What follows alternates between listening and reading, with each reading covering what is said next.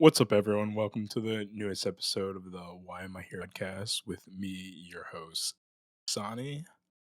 Sorry I've been away for a tad. I've been refocusing on some things. Just wanted to get some time away after some personal stuff happened.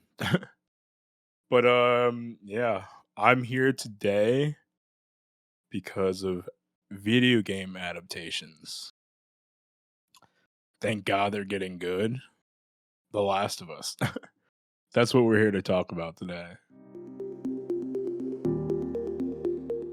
Yeah, I just wanted to probably not gonna run too long here for this episode. It's just me by myself today. Might bring on more people as the show progresses. So I checked out the first episode of The Last of Us and boy was that fantastic. It was almost a one-to-one on some of the shots, which was really, really cool. But, from the beginning, the introduction to the show where, we get a flashback to, like, the '60s or '70s, I think, when the scientists are talking on the talk show, talking about what really should be scaring us, which is fungus. Fungus, which is often used for hallucinogenic practices, could also take over our minds and control our bodies. I think I've seen like a snail. It happens in like snails or like some small bugs. I It was like a National Geographic or something, and the fungus just took over, turned it into a fucking zombie, and it just used it to just spread to other snail or bugs, what have you. That's basically what they were talking about in that first couple minutes of the opening episode of The Last of Us.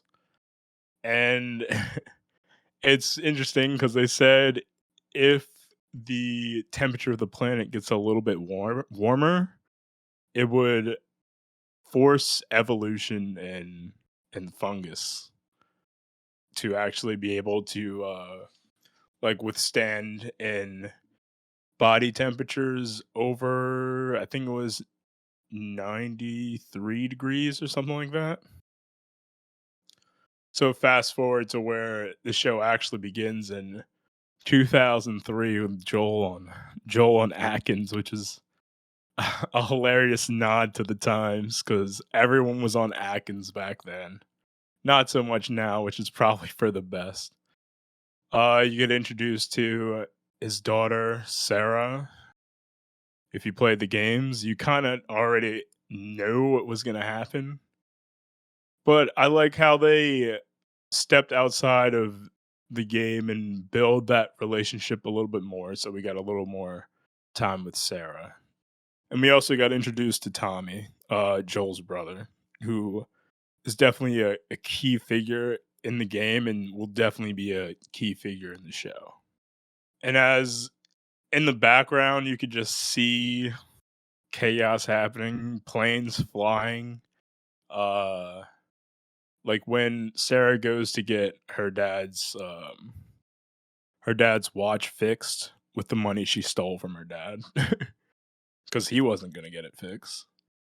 The store owners like rush her out, and you can see in the background like firefighters, ambulance trucks, and police vehicles just rushing all over the place. Like you could see it was turning into like a powder keg, almost reaching its boiling point. And it was also interesting from how the show was shot, you could get a sense of warmth. Even though it did start off in Austin, Texas, which I was actually just in at the beginning of this month.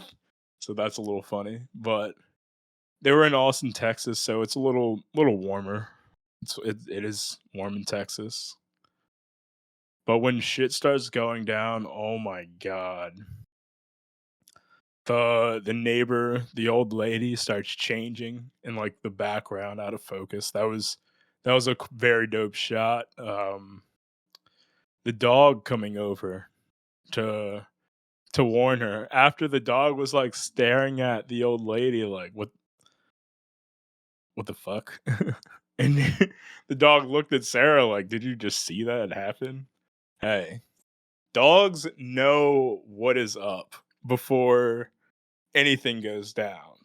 So it's good to have a dog. I'm just gonna put that out there. But when she goes back and you see like the old lady with the fungus tendrils like sticking out of her mouth, like sucking the blood from uh the other neighbor. Oh my god, that scene was just disturbing. And Joel pulling up, freaking yelling, "Get in the truck!" That was awesome. That's how you know shit was going fucking crazy. Cause he came right off rip, like, all right, yelling, get in the truck, like right now. And then we get literally a one-to-one shot as they're driving, trying to find safety. They drive past the person's house who was on fire, which was, I mean, it's a zombie apocalypse. Like, I don't know. Did you leave your burners on or something? Like, how the hell did your house just catch on fire? I don't know. The house that spontaneously combusted. They drive past it, which is actually in the game. And as they're driving, how the camera was like inside the vehicle as they were trying to escape was literally from the game, which was a great way to pull that off. Because even in the game, it's just absolute chaos, and I think the show does that even better, like way better in my opinion. Especially when they get like in town, like they're driving around. Joel's like, "You just gotta drive through these people." Tommy's just like, "What? What?" And then the plane crashing. Oh my god, the way that whole sequence, which is like the opening of the game, leading up to Sarah getting shot, which was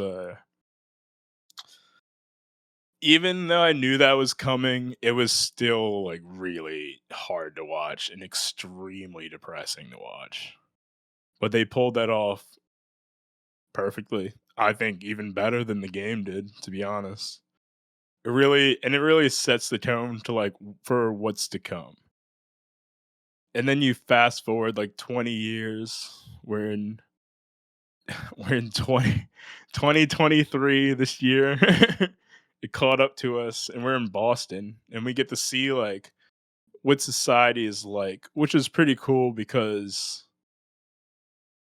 I don't think shows usually depict like an apocalyptic event like 20 years later. I'm sure there's a show that does it, but like I guess the only thing I could really compare The Last of Us to is The Walking Dead. And that's like right after everything goes to shit, like a year or so later. It's not like 20 years later. So they kind of have like, they have a society, they have a colony or colonies. They're all cooped up in Boston in a quarantine zone. If you leave the quarantine zone or come into the quarantine zone without authorization, you get publicly executed, which was, hey, that's just how things are at this point. They're incredibly depressing. You get to see Joel who's just doing literally whatever pays the best. Any job, whether it's burning dead bodies or dealing with shit. He's also peddling drugs to some of the guards who comes back later in the episode at the end. I'll get to that. And we get introduced to Tess as well, his companion, who's also in the game. The Fireflies, that's like they're propped up as like a terrorist organization that combat Fedra, which is like the the government pretty much that's kind of keeping everything together, civilized, I guess. But it's very like authoritarian, and I mean you get to find out what Firefly really is as the show goes on, like you did in the game. So those introductions were handled perfectly. The introduction to Ellie was pretty good. Bella Ramsey, who's playing Ellie, is doing a great job, solid job. It's a little weird not seeing Elliot Page play that role, but Elliot is also like older and not that age, so it makes perfect sense why Bella's doing it, and I think she is handling it perfectly. I don't get why people get upset over casting decisions. Like, it's people's jobs to figure out who fits the role, and me personally, I think Bella fits that role perfectly. And Pedro Pascal is playing Joel like excellently. Like the emotion on his face, the way he's like a stoic guy who just does literally anything to survive at this point and gets put in like fucked up situations and has to be like resourceful in his own way and is even like extremely brutal. Anatova's playing Tess. Funny because I started rewatching Fringe, which she is also in. So I was like, "Oh wait, what? That's the girl from Fringe." So that was a pleasant surprise. I didn't know that.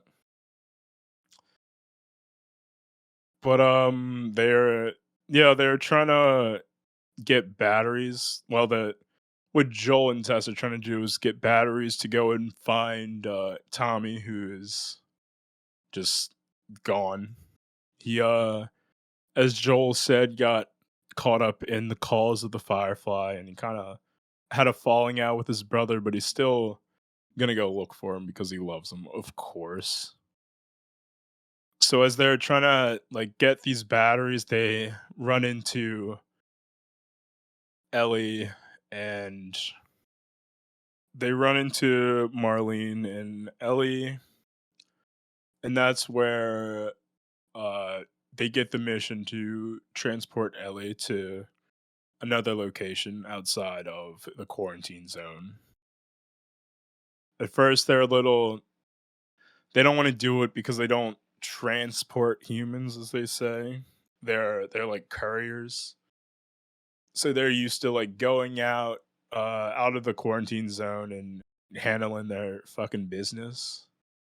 So that's pretty interesting to see. And the way outside of that, the way this is shot with nature taking back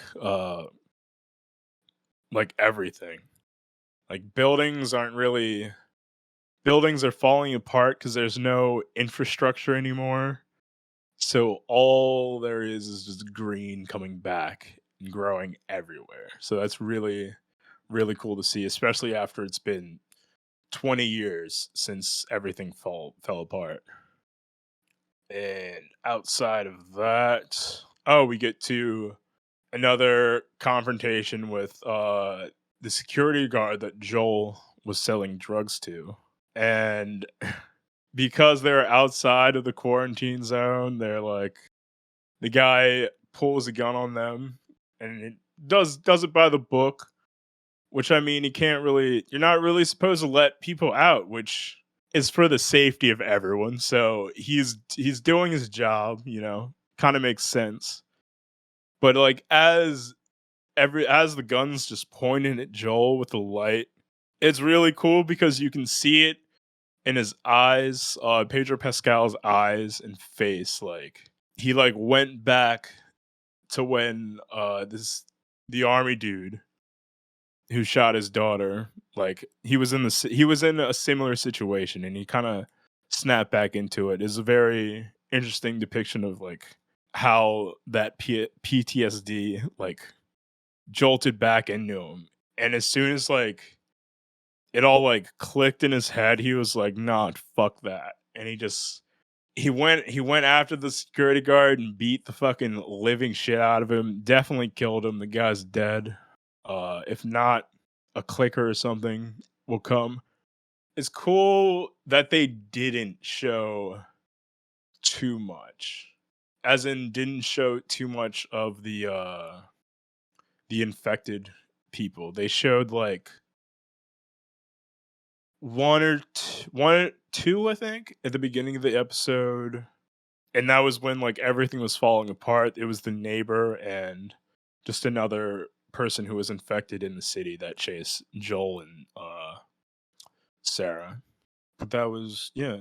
I think that's it. I think they I think there was a shot which was also from the game when they kind of like walk up to like it looked like a person, but it was like fungus growing like all on the wall. I don't know who's doing the cinematography of this show, but holy shit. It looks great. All the shots are good even when we're getting the one-to-one video game shots. I'm very curious on where how they handle the rest of the show because the game starts off so strongly and so cinematically that it's definitely easy to replicate. All they really did was fill in a few blanks to make everything make more sense since you're not actually like controlling Joel.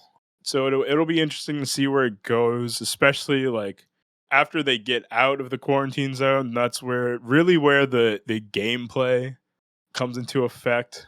So I'm sure we're gonna get some sneaky sneakies, some definitely gonna get some clickers. I think we got a shot of a clicker on top of the building, like at the end of the episode when the rain was falling and the thunder was lightninging. Is that a thing?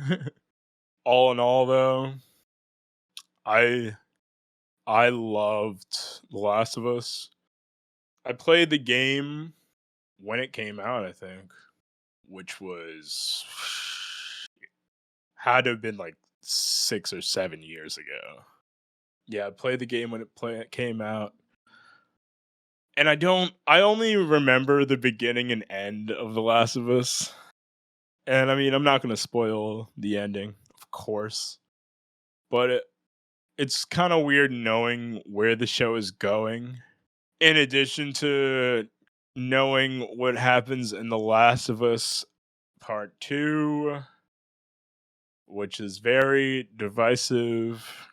I didn't play it, but I was in the room with my friend playing the game, and I also watched a lot of playthroughs. And I mean, I'm not the biggest fan of The Last of Us Part 2. Like I get I get it, trust me. It's it's not that deep. I get it. I'm not gonna, spoil it because the show's out and a lot of people haven't played the game, but I feel like if they do eventually end up adapting The Last of Us Part 2, that they can definitely do a better job at telling that story. Especially since there's not a lot of we won't be getting like we're not playing any of the characters. I'll just leave it at that.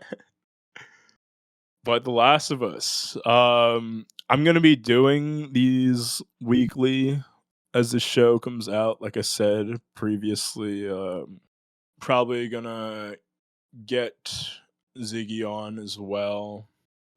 Maybe other people who have not played The Last of Us, because I'd really like to see everyone's like point of view on this show. But I think all together, like based from like word of mouth and me just talking to some of my friends, like the first episode is really good, especially when shit starts going down. That's what a lot of people are talking about. Not even like it's just that I think it's like the first hour of the 45 minutes to an hour of the show before the 20-year time skip. Like that's what people are really focusing on, and that's probably the strongest part of the beginning of the game as well. Like that all of that really sticks with you. Like I'm never gonna forget Joel holding his dead daughter in his hands and just breaking down. That shit's damn, I'm getting goosebumps just thinking about it. It's awful. But if you haven't played The Last of Us, hey, this could also bring some new gamers to it. Unfortunately, what was that game they adapted into a movie? Uncharted. I feel like Uncharted would have been better as a show too, to be honest, because you get a lot more character development, which is literally The Last of Us character development, in the video game. So it'll be cool. But like I said, I'm interested to see what's to come. Um, I actually, yeah, I'm interested to see what's to come. Um, there's not much else for me to say. I don't want to. I don't want to spoil anything for the. It's funny if you're if you watch anime, you know there's a term anime only or manga reader. I guess I'm a manga reader when it comes to the show. But thank you for pulling up. Um, gonna record weekly for The Last of Us. Probably get longer episodes, more in depth with someone else, especially since I pretty much know everything that is going to happen. So we need another POV for sure. Also Kaleidoscope.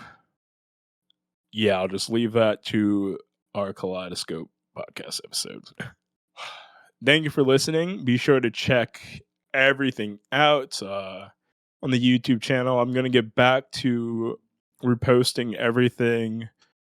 I'm gonna post this up on the YouTube channel Monday. You don't really need to know that. Thank you for listening. Hope you return to another Why I'm Here podcast episode. Stay safe out there, everyone. And global warming can fuck us up. So let's keep that in mind. Fuck fungus.